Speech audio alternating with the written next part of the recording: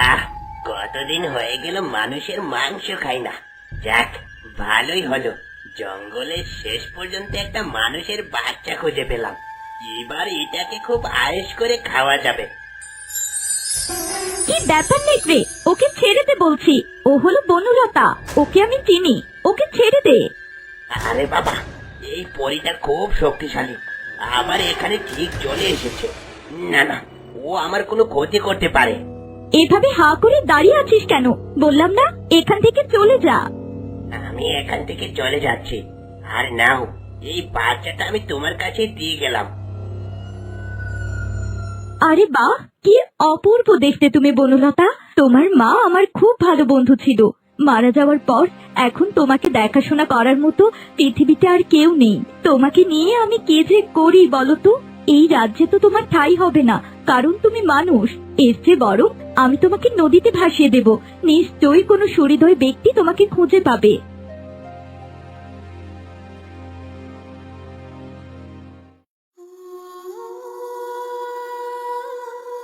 এই তো বনলতা, আমি তোমাকে পদ্ম পাতায় ভাসিয়ে দিচ্ছি।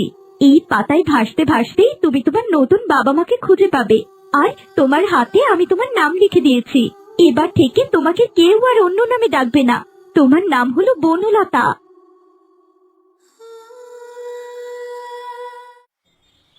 সারাটা দিন হয়ে গেল, আজকে আমার বাড়িতে কি নিয়ে ফিরবো? ঘরের বৃদ্ধা মা, বউ, ছোট বাচ্চা, এতগুলো মানুষের খাবার আমি কোথা থেকে জোগাড় করব?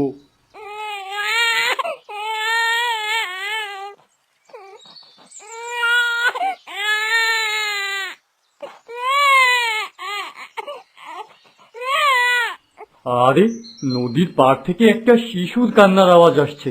নিশ্চয়ই ওখানে কেউ আছে। না না, আমাকে ওখানে যেতে হবে।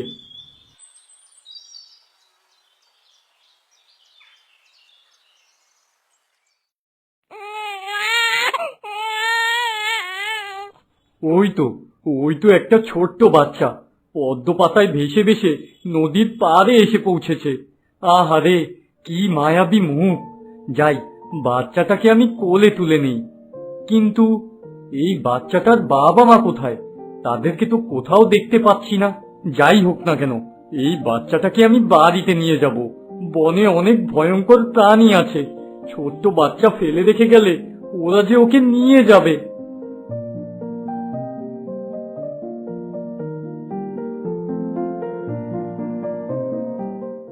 সোহিনী, আমার লক্ষ্মী সোনা, আয় মা, তোর মাথায় চুল বেঁধে দেই।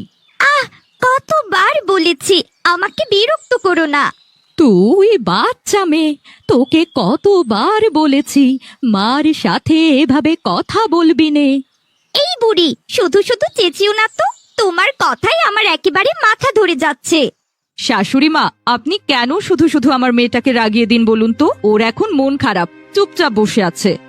এই লাই দিয়ে দিয়ে তুমি মেয়েটার মাথা খেয়েছো। এক বেলা খেলে আরেক বেলা উপোস থাকতে হয়, আর সারা দিন তোর বায়না এটা চাই সেটা চাই। কেন রে, নিজের বাপটাকে একটু শান্তি দিতে পারিস নে? এই বুড়ি অনেক বেশি কথা বলে। আচ্ছা মা, বাবা কখন আসবে? বাবা তো বলেছিল আমাকে রথের মেলায় নিয়ে যাবে। কই, এখনো তো এলো না। এক বেলা খেলে আরেক বেলা উপোস থাকতে হয়, আর সারা দিন তোর বায়না এটা চাই সেটা চাই। কেন রে, নিজের বাপটাকে একটু শান্তি দিতে পারিস না? আপনার তাতে কি হয়েছে? হ্যাঁ, আমার মেয়ে যত ইচ্ছা তত কেনাকাটা করবে। আমার 10টা নয়, 5টা নয়, একটা মাত্র মেয়ে। তোমার মেয়েকে মানিয়ে নিতে শেখাও। এমনও তো হতে পারে ওর একটা গরিব ঘরে বিয়ে হলো, তখন ওর চাহিদা ওর স্বামী পূরণ নাও করতে পারে। কখনোই না বুড়ি, আমি কোনো গরিব লোককে বিয়ে করব না।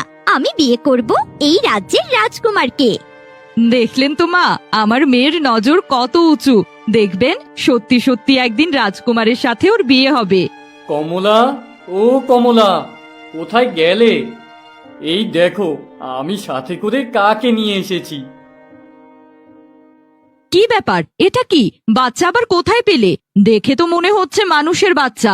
তোমার কি খেয়ে দেয়ে কোনো কাজ নেই নাকি? এখন আবার এই মানুষের বাচ্চাটাকে বাড়িতে নিয়ে এসেছো? রাগ করো না গো বউ, আর বলো না।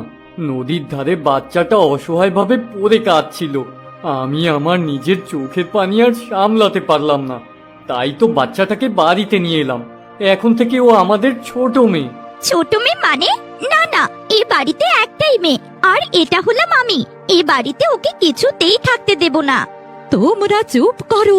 একটা ছোট্ট বাচ্চা মেয়েকে বাড়িতে নিয়ে এসেছে, তাতে এত কথা কিসের? দে দেখি, বাচ্চাটাকে আমার কোলে দে। কেউ না দেখলেও আমি ওকে লালন পালন করব। একবার যখন বাচ্চাটাকে এনেই ফেলেছো, ওকে তোমার মায়ের কাছে দাও। তোমার মা বাচ্চাটাকে মানুষ করুক। আর মনে রেখো, এই মেয়ে বাড়ির মেয়ে নয়, বরং কাজের মেয়ে হয়ে থাকবে।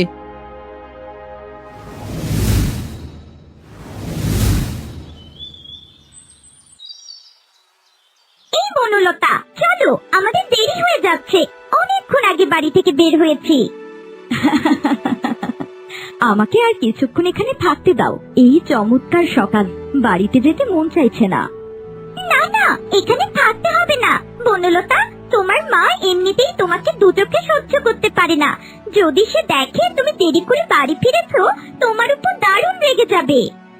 মা আর সোহিনী দিদি সারাক্ষণ আমার উপর রেগে থাকে। এত সব ভেবে কিছুই হবে না। চলো, আমরা কিছুক্ষণ জঙ্গলে ঘুরে বেড়াই। এই যে শুনুন, আপনার কলসিতে কি একটু পানি হবে? দয়া করে আমাকে একটু পানি দিন, তৃষ্ণায় গলাটা একেবারে শুকিয়ে যাচ্ছে। হ্যাঁ নিশ্চয়ই, এই তো আমি কলসিতে জল ভরে বাড়িতে ফিরছিলাম। বাহ, কি রূপবতী মেয়ে! এত রূপবতী মেয়ে আমি আমার জীবনে কখনো দেখিনি। যাক, ভালোই হলো, আমি আমার মনের মতো যোগ্য পাত্রে পেয়ে গেলাম। কিন্তু আমি যে রাজকুমার, এটা ওর কাছ থেকে গোপন রাখতে হবে।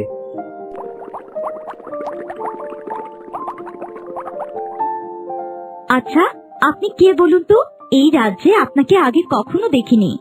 আমি একজন বণিক, জাহাজে করে ব্যবসা করতে যাচ্ছিলাম, আর আমার জাহাজ এখানেই ভিড়ল। ভাবলাম একটু জায়গাটা ঘুরে দেখি, তখন হঠাৎ করে পানির তৃষ্ণা পেয়ে গেল। আপনার সাথে পরিচিত হয়ে খুব খুশি হলাম বণিক। এখন আমাকে বাড়ি ফিরতে হবে। আমার মা বাবা আমার জন্য দুশ্চিন্তা করছে। তোমাকে আমার খুব ভালো লেগেছে। দয়া করে যদি তোমার নামটা আমাকে বলতে।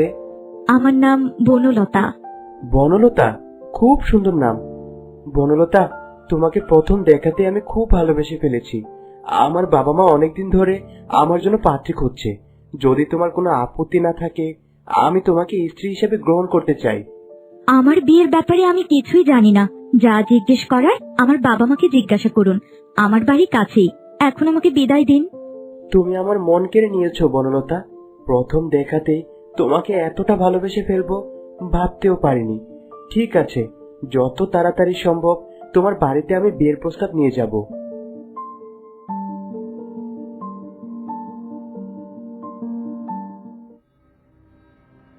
মা, এই দেখো, মহারানী এতক্ষণে পানি নিয়ে ফিরেছেন। একবার লাঠিটা নিয়ে এসো। আজ ওকে মেরে যদি রক্ত বের না করি, আমার নামও সোহিনী না। হতচ্ছাড়ি, কোথা থেকে আমার কপালে এসে জুটেছিস? সারাদিন কোথায় ছিলি তুই? ঘরের সব কাজকর্ম ফেলে বাইরে ঢ্যাং ঢ্যাং করে ঘুরতে চলে গেলি? বিশ্বাস করো মা, আমি ইচ্ছে করে দেরি করিনি। আসলে নদীর ঘাটে আমার একজনের সাথে দেখা হয়ে গিয়েছিল। দেখলে মা, এই বয়সে কতটা লোভী হয়েছে। যেই দেখেছে একটা ধনী বণিক, সাথে সাথে একেবারে পেছনে লেগে পড়েছে। বিশ্বাস করো, আমি কিছুই করিনি। ওই বণিক নিজে থেকেই আমাকে বিয়ের কথা বলেছে। ওই বণিক আমাকে বিয়ে করতে চায়। কত বড় শখ! এখনো আমার বিয়ে হয়নি, ও নাকি বণিকের সাথে বিয়ে করবে। আমি বেঁচে থাকতে কখনোই তুই ধনী বণিকের সাথে বিয়ে করতে পারবি না। যদি বিয়ে করতে হয়, ওকে আমি বিয়ে করব। মেরো না মা, আমার বড্ড লাগছে। দয়া করে তুমি আমাকে আর মেরো না মা। বিয়ে করবে তাই না? তোর খুব শখ বিয়ে করার। তুই যদি বিয়ে করে এ বাড়ি থেকে চলে যাস, তাহলে বাড়ির কাজকর্মগুলো কে করবে? তাছাড়া আমার মেয়ে সোহিনী থাকতে আমি তোকে কোনো বড় লোকের ঘরে বিয়ে করতে দেব না। তোমরা এসব কি করছো? বনলতাকে এভাবে মারছো কেন? না না, ওকে ছেড়ে দাও বলছি। এখনই ছেড়ে দাও, তা না হলে কিন্তু খুব খারাপ হয়ে যাবে। চলে এসেছে একেবারে বনমালা অন্তঃপ্রাণ। নিজের নাতনির প্রতি কোনো টান নেই, সারাক্ষণ শুধু বনলতা আর বনলতা। আপনি জানেন বনলতা কি করে বেড়ায়? সে নদীর ধারে দাঁড়িয়ে দাঁড়িয়ে এতক্ষণ বণিকের সাথে প্রেম করে বেড়াচ্ছিল, আর বণিক নাকি ওকে বিয়ে করবে। তাই নাকি? আমার বনলতার বিয়ের সম্বন্ধ এসেছে। এত আগুনের মতো রূপ কোনো বণিক পছন্দ না করে কি আর থাকতে পারে? বুড়ি, এখনো সময় আছে, এই বনলতাকে তুমি বোঝাও, তা না হলে কিন্তু তোমাকে আর বনলতাকে আমি একসাথে বাড়ি থেকে তাড়িয়ে দেব। একবার নিজের দিকে তাকিয়ে দেখেছিস তোর কোনো দিন বিয়ে হবে না। তোর মতো কুৎসিত দেখতে মেয়েকে এ পৃথিবীর কেউ বিয়ে করবে না। এত বড় কথা আমাকে বলতে পারলে আমিও দেখব ওই বণিকের সাথে কার বিয়ে হয়।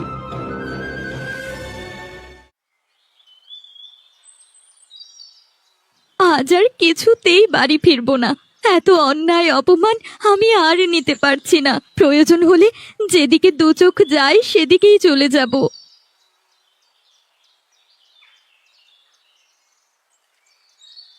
আরে বাহ, এই ফুল গাছটা দেখতে কতই না সুন্দর, একেবারে লাল টকটকে ফুল। যাই, ফুল আমি ছিঁড়ে নেই। দয়া করে আমাকে ছিঁড়ো না, আমার গায়ে হাত দিলে আমার তীব্র ব্যথা হয়। এবার বলো দেখি তোমার কি চাই, আমি তোমার একটা ইচ্ছে পূরণ করব। না না, আমি তোমার গায়ে হাত দেব না, ভয় পেও না। আর তোমাকে আমাকে কিছুই দিতে হবে না। তুমি চাইলে আমাকে ছিঁড়ে ফেলতে পারতে, যেহেতু তুমি আমার গায়ে হাত দাওনি, আর তাই আমি তোমাকে একটা উপহার দেব।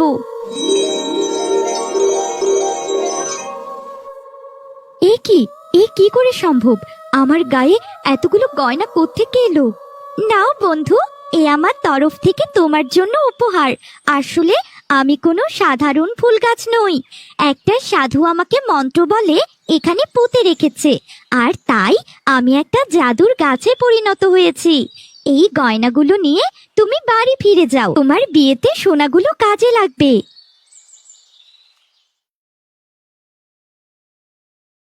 কি রে, কোথা থেকে ফিরছিস তুই? আর তোর গায়ে এতগুলো সোনার গয়না কোথা থেকে এলো? নিশ্চয়ই বিয়ের জন্য চুরি করে এনেছিস। ও মা, দেখে যাও তোমার বনলতা কি কাজ করেছে। এ কি, এতগুলো সোনার গয়না তুই কোথায় পেলি? ও মা, আমার উপর রাগ করো না। আমি জঙ্গলে যখন হেঁটে যাচ্ছিলাম তখন একটা জাদুর গাছ দেখলাম। সেই জাদুর গাছের একটা ফুল আমার সাথে কথা বলে উঠলো, আর গয়নাগুলো সে আমার বিয়ের জন্য উপহার দিয়েছে। দে, আমাকে সবগুলো গয়না দিয়ে দে, তা না হলে কিন্তু খুব খারাপ হয়ে যাবে। কত বড় সাহস! তুই আমার ফুল গাছের কাছ থেকে গয়না চেয়ে এনেছিস, আবার সেই গয়নাগুলো গায়ে জড়িয়ে রেখেছিস। তুই জানিস না আমার অনুমতি ছাড়া এই ফুল